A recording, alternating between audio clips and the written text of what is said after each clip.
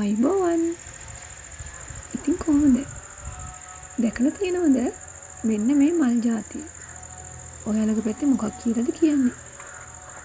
Peradeniya campus එක පුරාවටම හරිම ලස්සනට හැදිලා තියෙන මෙන්න මේ මල් జాතිය දැකලා තියෙනවද? ඔයාලා දන්නවද? කහ පාට කියන්නේ සතුටේ වර්ණය එළුවන්න. පුංචි අතු කෑල්ලකින් තමයි මේක අපේ අම්මා පෙළ කරගත්තේ. දැන් මේ වෙල ගිහින් තියෙන මෙන්න මේ රඹුටන් ගහ පුරාවටම හැම තැනම මල් හැදිලා. හරිම සුවඳයි. ඔයාලා ගෙදරක් තියෙනවද? ඔයාලා කියන්නේ මොකක් කියලාද?